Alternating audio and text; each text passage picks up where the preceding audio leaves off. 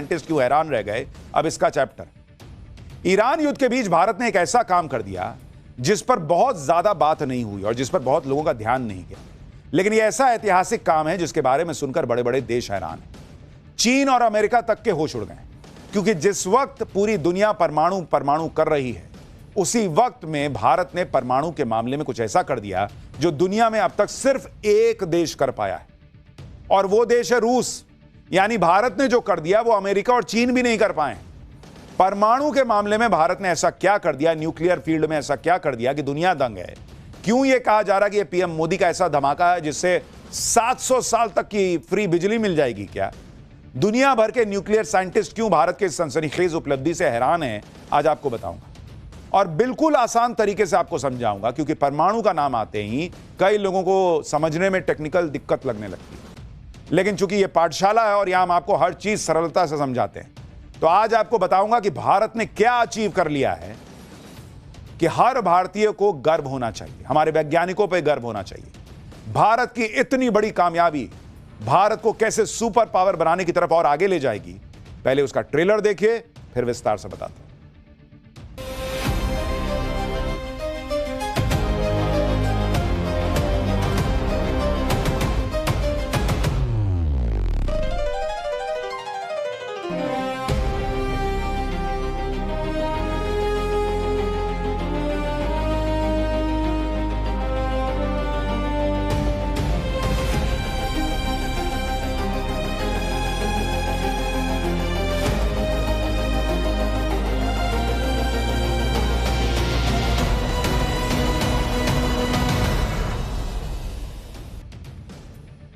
दुनिया में इस वक्त परमाणु की बड़ी चर्चा है।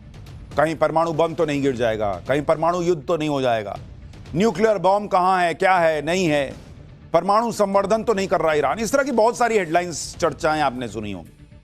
अमेरिका ने ईरान पर अटैक का एक बहाना यह भी बनाया था कि ईरान यूरेनियम का एनरिचमेंट करके एटम बम बनाने लगा। लेकिन जिस वक्त दुनिया परमाणु से बनने वाले बम की बातें कर रही, उसी वक्त भारत ने परमाणु से बनने वाली बिजली के मामले में क्या गजब काम कर दिया, वो आज आपको दिखाने जा रहा हूं। भारत ने प्रोटोटाइप फास्ट ब्रीडर रिएक्टर यानी पीएफबीआर में क्रिटिकलिटी हासिल कर ली। अब आप कहेंगे ये क्या बला है बॉस? अरे बताऊंगा अभी सब कायदे से। तमिलनाडु के कलपक्कम रिएक्टर में यह कमाल हुआ है। यह रिएक्टर क्रिटिकलिटी स्टेज पर पहुंच गया है, जिसका मतलब क्या है वो आपको पहले समझना चाहिए। यह स्वदेशी 500 मेगावाट का रिएक्टर है, जो जितना ईंधन इस्तेमाल करता है उससे अधिक ईंधन पैदा करने में सक्षम है। यानी भारत के पास ऐसा न्यूक्लियर रिएक्टर हो गया है जिसे जितने फ्यूल की जरूरत होगी उससे ज्यादा फ्यूल वो बना सकता है।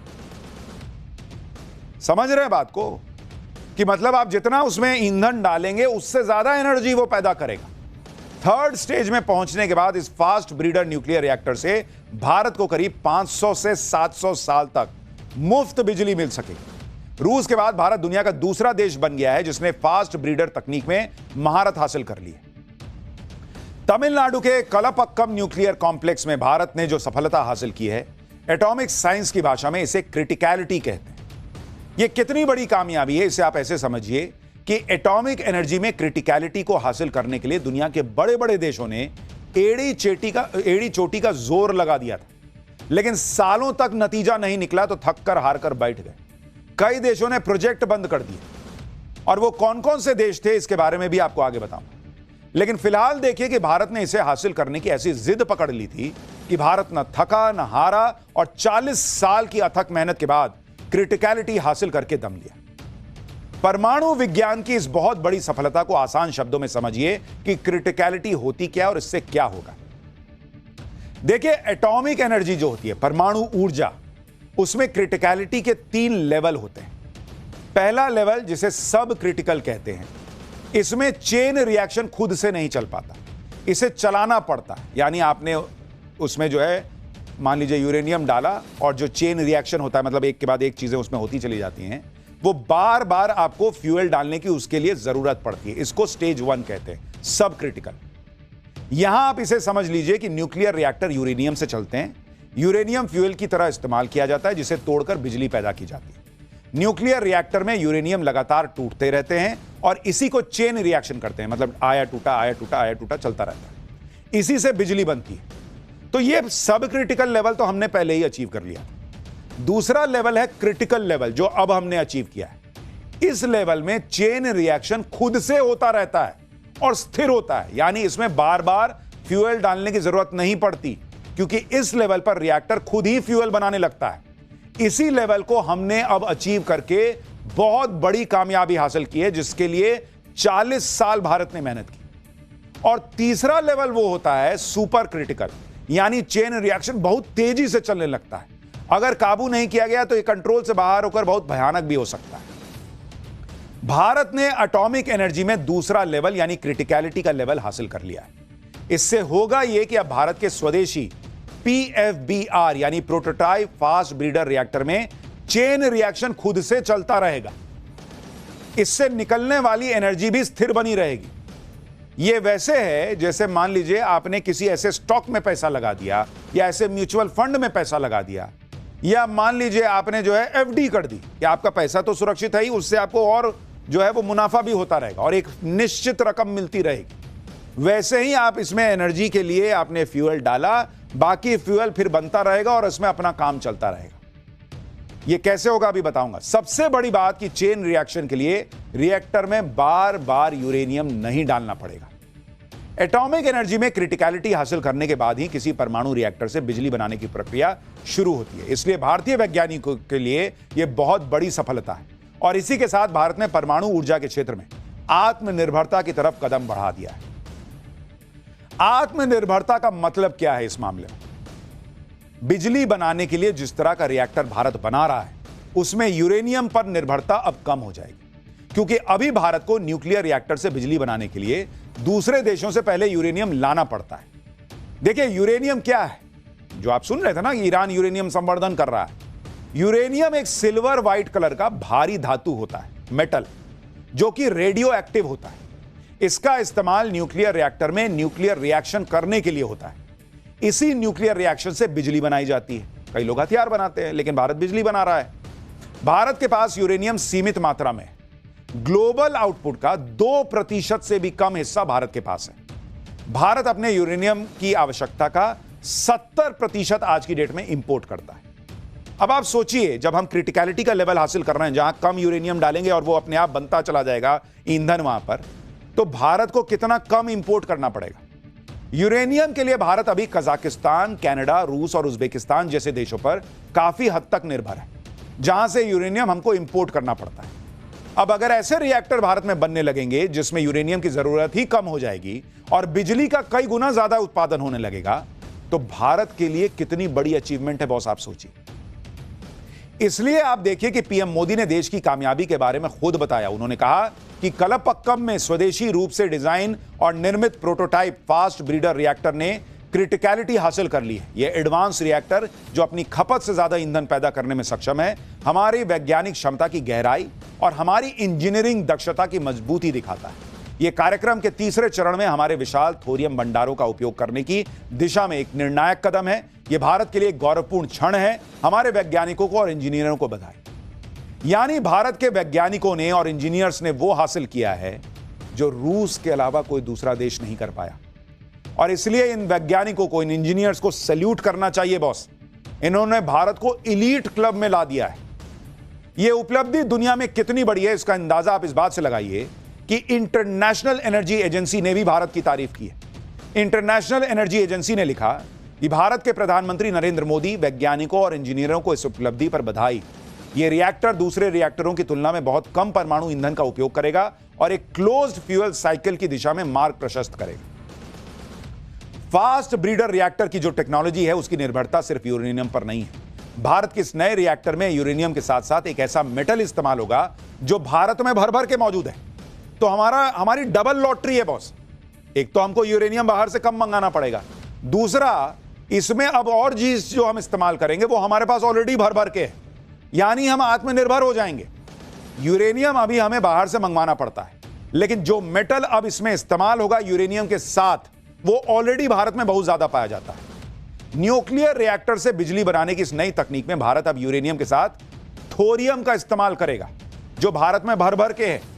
थोरियम भी यूरेनियम की तरह एक भारी मेटल होता है, लेकिन यह न्यूक्लियर रिएक्शन में इस्तेमाल होने वाले यूरेनियम की तुलना में बहुत कम रेडियो एक्टिव होता है। मतलब आप ये मान के चलिए कि यूरेनियम एक ऐसा मान लीजिए व्यक्ति है जो खूब वाचाल है, खूब वोकल है, खूब बोलता है, काम करता है वगैरह वगैरह। थोरियम जो है वो भी बहुत कमाल की चीज है, कमाल का व्यक्ति है, लेकिन बोलता कम है, एक्टिव थोड़ा कम है, उसको धक्का मारना पड़ता है। और वो धक्का मारता कौन है? यूरेनियम। तो यूरेनियम की तरह थोरियम खुद से न्यूक्लियर चेन रिएक्शन शुरू नहीं कर पाता है, इसे नॉन फिसाइल होना कहते हैं। लेकिन अगर यूरेनियम का साथ मिल जाए, थोरियम को रिएक्ट करा दिया जाए, तो थोरियम भी यूरेनियम की तरह काम करता है। यानी थोरियम और यूरेनियम की अगर दोस्ती करा दें तो यूरेनियम थोरियम का हाथ पकड़ के कहता है कि चल ना भाई, दोनों मिलकर काम करते हैं। भारत की इस खोज में इसी तकनीक का इस्तेमाल किया गया है। भारत में थोरियम भर भर के, दक्षिण और दक्षिण पूर्वी तटों की रेत में थोरियम बहुत ज्यादा मात्रा में उपलब्ध है। भारत के पास दुनिया के कुल थोरियम के रिजर्व का 25% हिस्सा उपलब्ध है। थोरियम से बिजली बनाने के इस प्रोजेक्ट पर सालों से काम हो रहा है। भारतीय वैज्ञानिकों ने PFBR यानी प्रोटोटाइप फास्ट ब्रीडर रिएक्टर बनाकर डॉक्टर होमी जहांगीर भाभा के उस सपने को पूरा कर दिया जो उन्होंने करीब 70 साल पहले 1950 के दशक में देखा था। भारत के परमाणु वैज्ञानिक डॉक्टर होमी जहांगीर भाभा ने 1954 में सबसे पहले PFBR की थ्योरी दी थी। नवंबर 1954 में भारत के न्यूक्लियर प्रोग्राम को लेकर एक समिट बुलाई गई जिसका नाम था development of atomic energy for peaceful purposes. इस समिट में डॉक्टर भाभा ने प्रधानमंत्री नेहरू के सामने पहली बार 3 स्टेज न्यूक्लियर प्रोग्राम की थ्योरी पेश की थी। डॉक्टर भाभा ने 3 स्टेज न्यूक्लियर प्रोग्राम की थ्योरी इसलिए दी थी क्योंकि भारत के पास यूरेनियम बहुत कम था और थोरियम बहुत ज्यादा था। उस समय सोचिए बॉस, डॉक्टर भाभा ने थोरियम से चलने वाले रिएक्टर बनाने का सपना देख लिया था। उस समय उन्होंने आत्मनिर्भर बनने की तरफ कदम बढ़ा दिया था। लेकिन समस्या यह थी कि थोरियम 232 को सीधे ईंधन के रूप में इस्तेमाल नहीं कर सकते थे। थोरियम को पहले यूरेनियम 233 में बदलना पड़ता है, इसके बाद इसे ईंधन के रूप में यूरेनियम की जगह इस्तेमाल कर सकते हैं। 1958 में भारत सरकार ने डॉक्टर भाभा के 3 स्टेज न्यूक्लियर प्रोग्राम को शुरू किया और तब से भारतीय वैज्ञानिक डॉक्टर भाभा के 3 स्टेज न्यूक्लियर प्रोग्राम पर तमाम रिसर्च प्रयोग सब करने में लगे हुए थे और अब जाकर भारत ने वो कामयाबी हासिल कर ली। अब भारतीय वैज्ञानिकों ने डॉक्टर भाभा के 3 स्टेज न्यूक्लियर प्रोग्राम का दूसरा स्टेज पूरा कर लिया। अब तीसरे स्टेज की तरफ कदम बढ़ाने की बारी। लेकिन आपको यह भी समझना चाहिए कि भारत के नए रिएक्टर और यूरेनियम बेस्ड रिएक्टर में अंतर क्या है, इससे फायदा क्या होने वाला है। देखिए अभी क्या होता है, मैं आपको थोड़ा समझाता हूं, जरा इसको समझिए, सरल भाषा में आपको समझाता हूं। मान लीजिए कि अभी क्या होता है, अगर ये एक न्यूक्लियर रिएक्टर है, न्यूक्लियर रिएक्टर है जिसमें आपने इधर से डाला क्या, इधर से आपने डाला यूरेनियम, ठीक है। अब यूरेनियम आपने डाला, ये अंदर ईंधन के तौर पर इसमें ईंधन की तरह है और इसमें चेन रिएक्शन हुआ। चेन रिएक्शन होने के बाद क्या निकला, आपका ईंधन निकला, माफ कीजिएगा, ईंधन आपने डाला और यहां से जो आपका निकला वो आपका एनर्जी निकला जो आपने पैदा की, ये निकल गया। तो ये आपका अभी जो भारत कर रहा था वो ये कर रहा था कि यूरेनियम डालता था, यहां पे चेन रिएक्शन होता था और भारत एनर्जी पैदा कर रहा था। लेकिन समस्या ये थी कि यूरेनियम हमारे पास बहुत कम था और इसमें एक समस्या और थी, इसमें एनर्जी के साथ साथ एक चीज और जो निकलती है वो निकलता था न्यूक्लियर वेस्ट। न्यूक्लियर वेस्ट जो बहुत खतरनाक होता है बॉस। अगर न्यूक्लियर वेस्ट मान लीजिए कि कहीं किसी एरिया में फैल गया थोड़ा सा भी, तो आप समझिए कि उस इलाके में जितने लोग रहते हैं वो सब मर सकते हैं। भयंकर उनका हाथ में जलन होगी, फोड़ा फुंसी हो जाएगा, उल्टी होने लगेगी, मतलब मर जाएंगे लोग, लाखों करोड़ों लोग एक बार में मर सकते हैं। इतना खतरनाक न्यूक्लियर वेस्ट निकलता है इस रिएक्शन से। तो उस न्यूक्लियर वेस्ट को आपको बहुत कायदे से उसको जो है ना दबाइए, छुपाइए, जो कहिए उसको, मतलब एक तरीके से रिसाइकल के, मतलब आपको उसको खत्म करना पड़ता है। और एक तो उसको दबा के रखो, मतलब लोगों को उससे बचा के रखो, ये चुनौती है। दूसरा, उसमें करोड़ों रुपए लगते हैं, सो अलग। अब भारत ने क्या कर लिया, अब आप देखिए भारत क्या कर रहा है। अब आपको दिखाता हूं भारत क्या कर रहा है। भारत ने अब यह कर लिया कि उसने जो न्यूक्लियर प्लांट है उसमें यह स्थिति हासिल कर ली कि यहां से आपने डाला यूरेनियम, ठीक है, यहां चेन रिएक्शन हो रहा है, ठीक है। लेकिन अब इसमें आगे की चीज क्या हो गई कि यूरेनियम अंदर गया, चेन रिएक्शन हुआ, एनर्जी तो निकला ही, लेकिन जो वेस्ट निकला, उस वेस्ट में आपने क्या किया कि उस वेस्ट में आपने वेस्ट प्लस थोरियम कर दिया, और आपने वेस्ट के साथ जो थोरियम मिला दिया, क्योंकि इस वेस्ट में भी यूरेनियम है, तो वेस्ट प्लस थोरियम, यानी आपने फिर से उस चेन रिएक्शन को कर दिया। इसको बहुत सरल भाषा में अगर समझाने का प्रयास करूं तो जैसे आप गन्ने का रस निकालते हैं, आपने इधर से गन्ना डाला, एक बार उसका रस निकाला, दूसरी बार उसको बीच से तोड़ा, दूसरी बार यहां डाला, फिर तीसरी बार तोड़ा, यहां पे फिर डाला, फिर से चेन रिएक्शन कराया। अब इसमें आपका क्या हिसाब बैठा कि आपकी खुद से वहां पर जो है ना ईंधन बनता चला जा रहा है, आप रिएक्शन करते जा रहे हैं, और थोरियम भारत के पास भर भर के है, आपका न्यूक्लियर वेस्ट जो है वो कम होता जा रहा है, क्योंकि वो तो बार बार इस्तेमाल होता जा रहा है, आपका खर्चा कम होता जा रहा है, और आप इस पूरे चेन रिएक्शन में जो ऐसे चल रहा है उसमें आप अत्यधिक बिजली उत्पन्न कर रहे हैं, अपना खर्चा बचा रहे हैं, आत्मनिर्भर हो रहे हैं। और यह काम जो स्क्रीन पर देखने पे गन्ने का जूस निकालने के उदाहरण के साथ बड़ा सिंपल लग रहा है, वो इतना मुश्किल है कि 40 साल भारत को लग गए, और रूस के अलावा कोई दूसरा देश आज तक कर नहीं पाया था जो अब भारत ने किया।